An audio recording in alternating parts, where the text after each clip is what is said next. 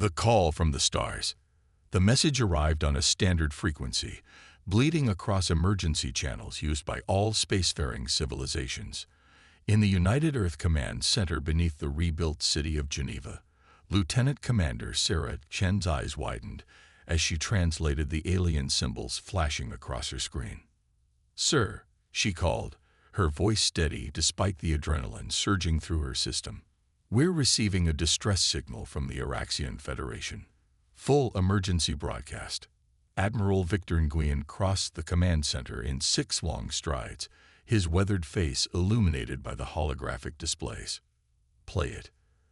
The translation software worked quickly, converting the desperate alien plea into a flat, emotionless human voice. "This is High Speaker Valen of the Araxian Federation. We are under attack by an unknown hostile force. 3 colony worlds have gone silent. Our defense fleet has been destroyed. Our weapons have minimal effect. If anyone receives this message, please, we cannot hold much longer." The message repeated once before dissolving into static. The command center fell silent, officers exchanging glances as Admiral Nguyen studied the galactic map. "The Araxians," he said finally. "Methane brothers from a low-gravity world. One of the first species to welcome us into the Galactic Coalition, despite the protests of the others. Their homeworld is 4 months away at our fastest sustainable FTL," Commander Chen noted, "by the time we arrive." "I know." Nguyen's expression hardened. "Get me the Security Council. Priority Alpha." Captain Alina Reyes stood on the bridge of the UES Thunderchild, Earth's newest heavy destroyer, watching as her crew efficiently prepared for departure. Through the viewports, she could see the rest of the hastily assembled fleet, 15 warships ranging from fast frigates to the massive dreadnought Leviathan. Captain, her XO, Commander Jackson Wei, approached with a datapad. Final crew manifest and mission parameters from command. Elena scanned the information. 16,000 personnel, nearly a quarter of Earth's active combat fleet. Her fingers traced the projected course to Araxian space. 4 months out, with no guarantee we'll arrive in time. The coalition representatives are furious. Wei noted. They're calling it an unsanctioned military action. Elena couldn't suppress a bitter laugh. Of course they are. The same representatives who've spent decades afraid of us, violent deathworlders, are now upset we're actually using that strength to help someone. She handed the datapad back to Wei and addressed the bridge crew. The coalition has had 3 weeks to organize a response to the Araxian distress call. In that time, they've established 6 committees and drafted 2 non-binding resolutions expressing concern. Her gaze swept across the determined faces of her crew. Humans all. Descendants of survivors who had clawed their way to dominance on a planet that had tried to kill them at every turn. "We're not waiting for committees. Flight, prepare for synchronous warp with the fleet. Tactical, run final weapons diagnostics. This is what we trained for." As the Thunderchild's engines hummed to life, Elena couldn't help but recall the fear in the eyes of alien diplomats when they'd first encountered humans. Too strong, too aggressive, too adaptable, dangerous. Perhaps they were right to fear, but today that fear would serve a greater purpose. The jump to FTL was smooth, the fleet moving in perfect formation as they tore through the fabric of space. Helena established a rotation, keeping 3 ships at sublight speed at all times to maintain communication with Earth and scan for threats. 4 weeks into their journey, they received their first update from Araxian space. It wasn't encouraging.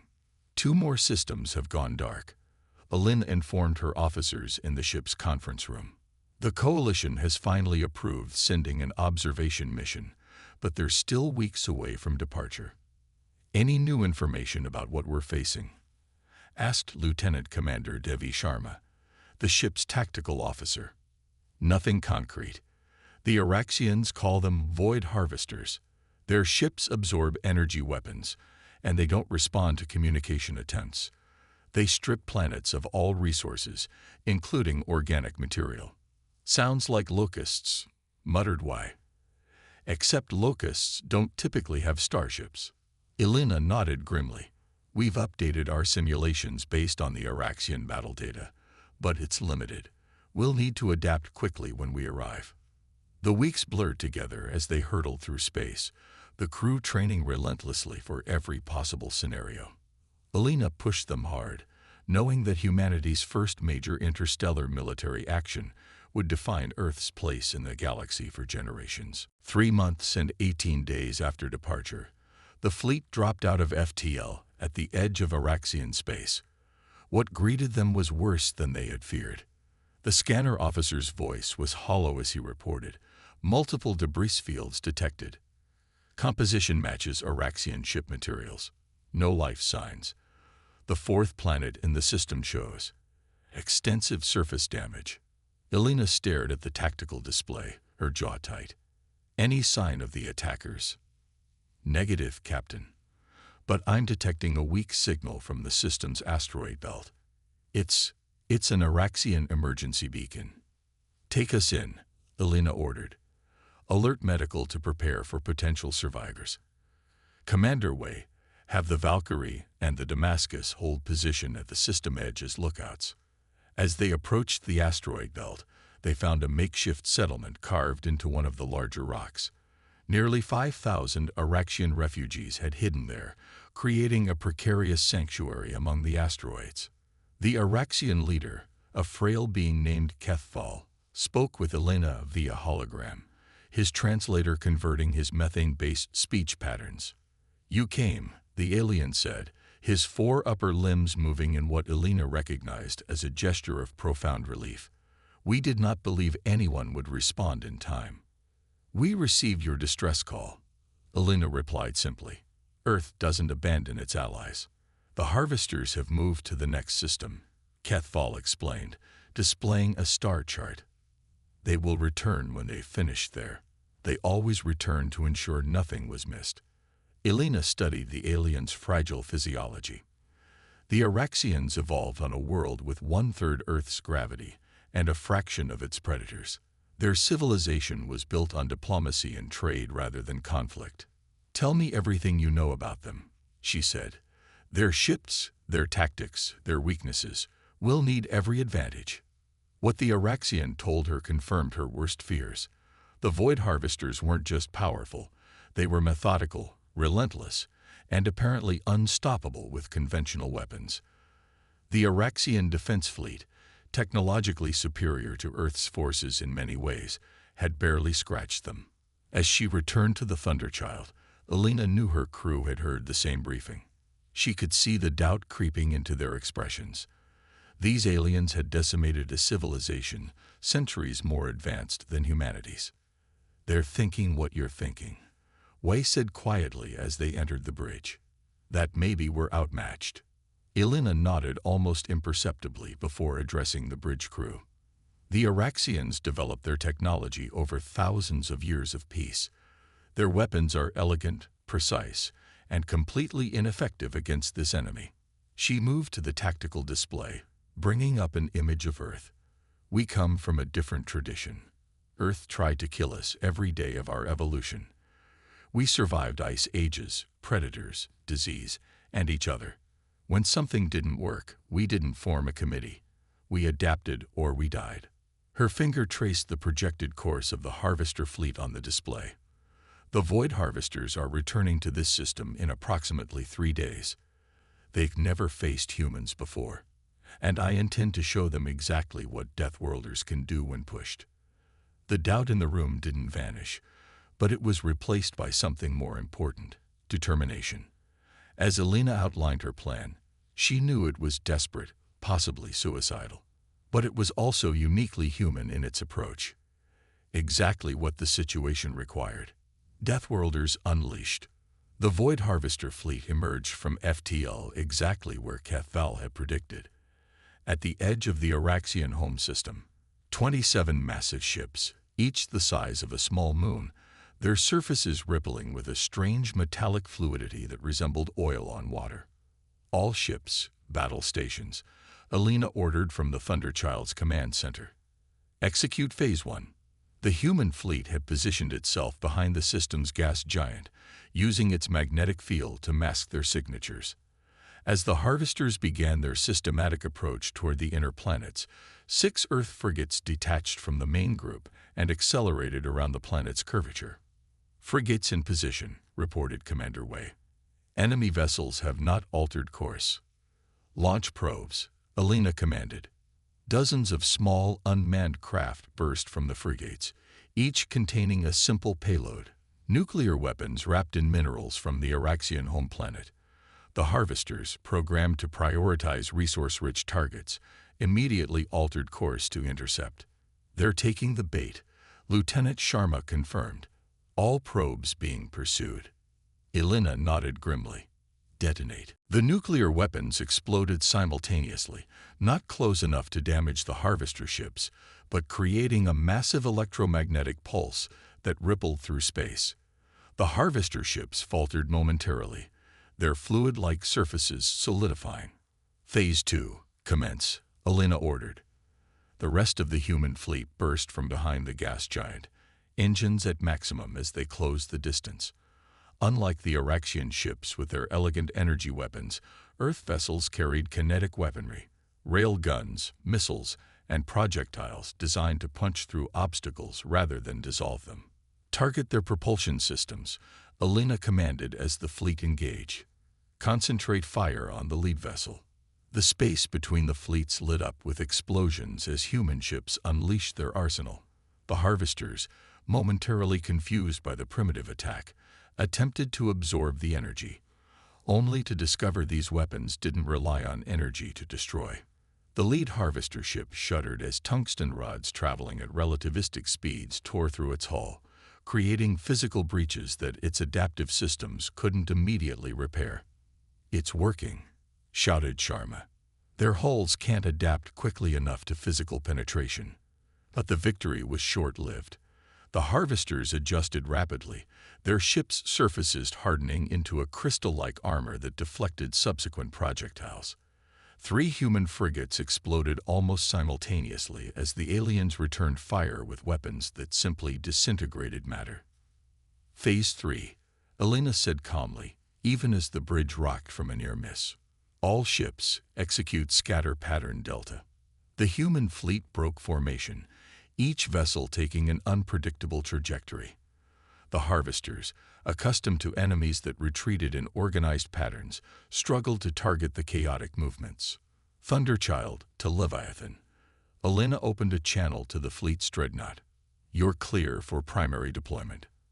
Admiral Nguyen's voice came through the comm. "Acknowledged, Captain. Beginning approach." The massive human dreadnought surged forward, absorbing tremendous damage as it pushed directly toward the center of the harvester formation. Its hull glowed red from the energy weapons battering its shields. "Leviathan reports hull integrity at 42%, Wei announced tensely. "They won't survive much longer."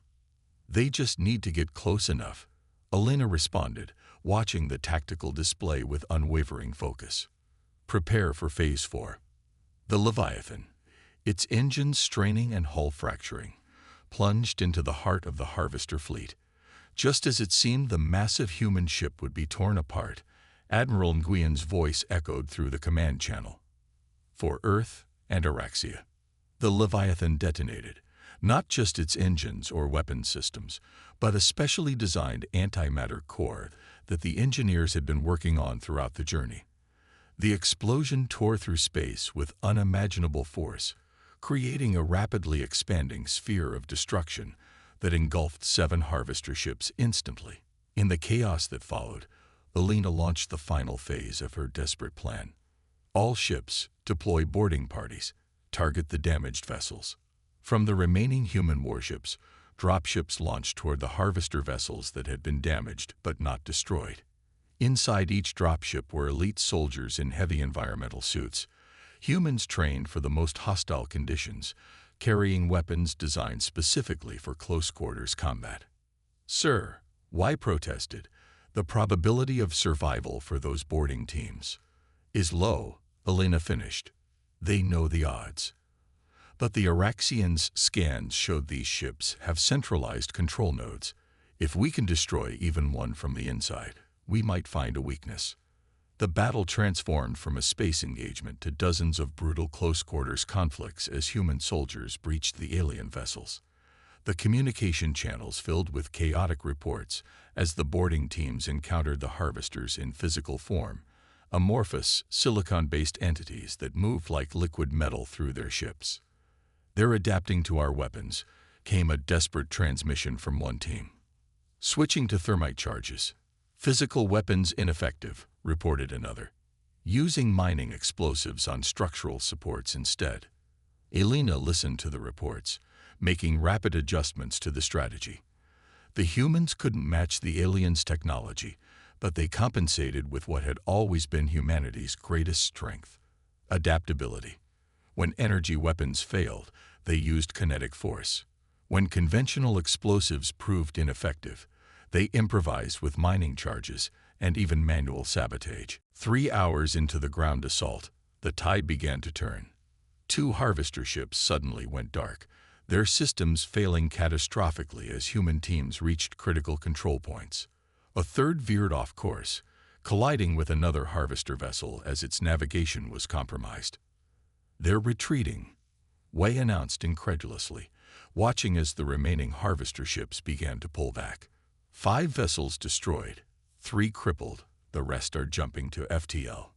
Elena allowed herself a small smile, though it was tempered by the knowledge of what this victory had cost. Of the 16,000 humans who had set out from Earth, nearly 4,000 had been lost. The Leviathan, with its crew of 2,000, was gone entirely, along with 3 frigates and countless boarding teams. "Send the recovery signals," she ordered. "Get our people out of those ships before the self-destruct sequence is complete, and contact the Araxian settlement. Let them know it's safe to come out."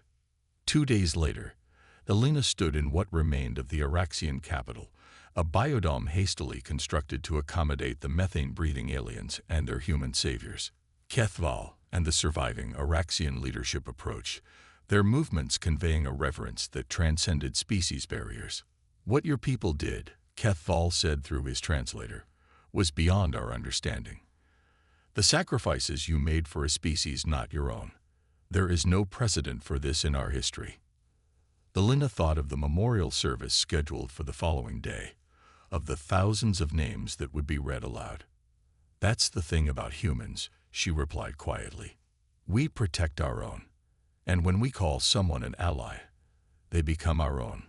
"The coalition representatives are arriving tomorrow," Kethval continued.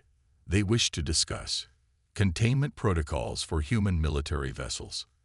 Elena wasn't surprised. The coalition species, evolved on gentle worlds with few threats, had always feared humanity's potential for violence. Now they had witnessed what that potential looked like when fully unleashed. "Let them come," she said, "but remind them that without those dangerous human warships, there would be no Araxians left to host their meeting." As she looked out over the devastated landscape, Elena knew that humanity's place in the galaxy had fundamentally changed. The coalition species might fear humans even more now, but they would respect them too. The term Deathworlder had once been whispered as an insult, a reminder that humans came from a savage planet that had forged them into something dangerous and unpredictable. After today, it would be spoken with a new understanding, that the same evolutionary pressures that made humans dangerous had also made them the perfect defenders against threats the civilized species couldn't face. Elena's communicator chimed with a message from Earth. The Security Council had authorized permanent human defense forces for the Araxian systems during rebuilding, the first step toward a formal military alliance. "Tell them we accept," Kethval said before she could even relay the message. "And tell your leaders that the Araxian Federation formally requests to be placed under Earth's protection. Even though we're, what did your diplomats call us? Primitive and unnecessarily aggressive." Elena couldn't help asking. The Araxian made a gesture with his 4 upper limbs that the translator interpreted as profound respect. "We were wrong. The galaxy needs Deathworlders. It needs Earth. As she acknowledged the message, Alina looked up at the stars visible through the biodome's transparent ceiling. The Void Harvesters were still out there, wounded but not defeated. They would return, perhaps with greater numbers or new adaptations. But humanity would be ready. And this time, they wouldn't be fighting alone. The galaxy was about to learn what humans had known all along. Sometimes survival required teeth and claws. Sometimes peace needed warriors to defend it. And sometimes, when the darkness threatened to consume everything, you needed species forged in fire to push it back. Deathworlders, indeed.